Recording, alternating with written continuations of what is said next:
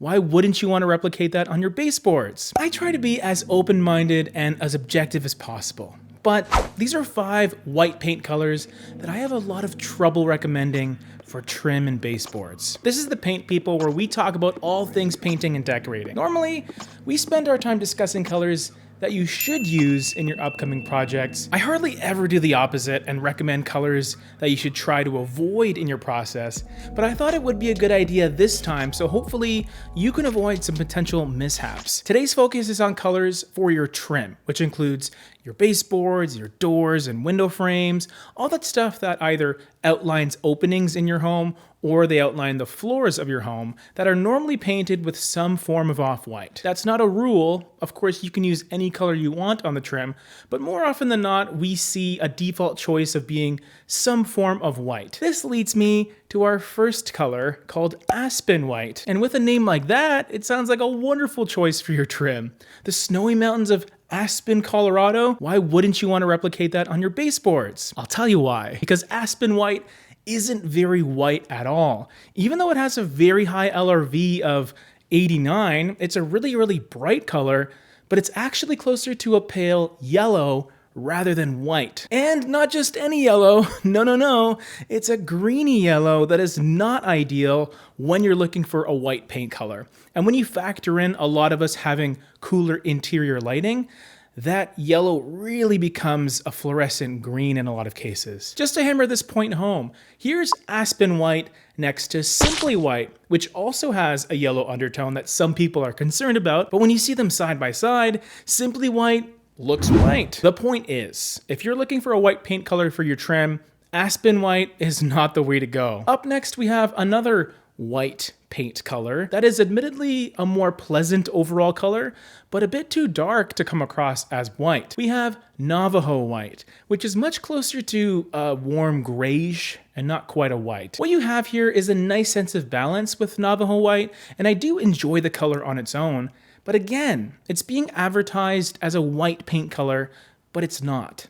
Its saving grace is it's neutral enough to work with a lot of different wall colors, but I definitely see Navajo White being a wall color itself rather than your trim color. I'm not going to say it could never work, but if you're looking for an off-white that will seem clean, even with its pleasant amount of warmth, Navajo White probably isn't one of my go-tos on the baseboards. This trend continues with the third color, called Paper White. How can this be a bad choice? Paper is pretty white, isn't it? Well, this Paper White is even darker than the last color we talked about, with an LRV around 76. In fact, just under that. Not only that, Paper White is also noticeably more gray, with even a bit of green in the background that can really clash with warmer wall colors.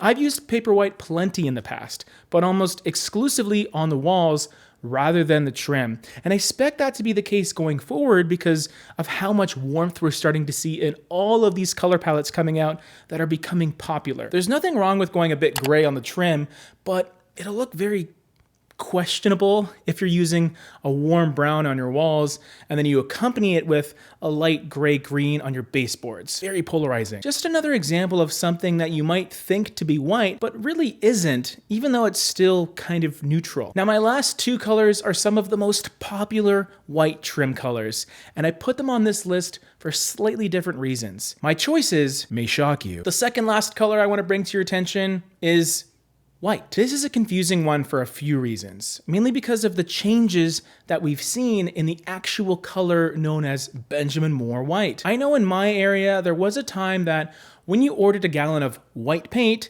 you normally got ultra white as the actual color inside, the 01 pre-mixed color. But now what you get is OC 151, which is called white, but it's not actually white. Again, there's nothing particularly wrong with the color itself. In fact, it does a great job of being pretty neutral by just being an extremely light gray, but extremely light gray isn't white.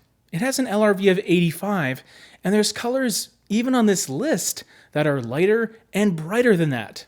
My apprehension in recommending this color is just on the fact that I hope you know what you're getting when you ask for white on your trim. It's not the brightest or the whitest color out there. There are others that are more stark and crisp and clean. So just like any other color, if you're extra sensitive to undertones in white paint, then test this out before you use it all over the trim in your house. Speaking of stark and crisp whites, I think it's only fitting that we end off with the final trim color that I try not to recommend, and that's Chantilly Lace. I want to apologize to all of my Chantilly Lace loyalists watching, but I'm very apprehensive when it comes to recommending Chantilly Lace on trim, because I find it's almost become a bit of an autopilot color solution for a lot of people.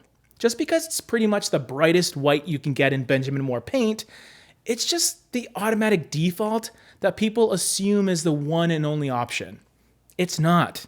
When you're putting together a color palette, it's always a good idea to consider all aspects of your color scheme, even your trim. Or maybe you don't want the cleanest, brightest white you can find. Maybe the previously mentioned not so white white is a better choice because of its ever so soft gray touch to it. And also, selfishly, as a painter, I can tell you for a fact that Chantilly Lace is pretty hard to work with because of its questionable coverage. When you get that bright, it's not very forgiving in the application process, so be prepared to pay your painter for an extra coat of paint when going with Chantilly Lace. But hey, to each their own.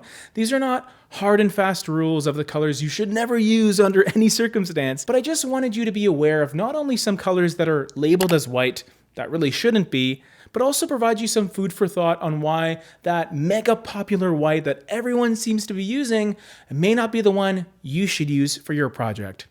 If you want some videos on some white paint colors that I do enjoy and use regularly, they're coming right up, so stay locked in.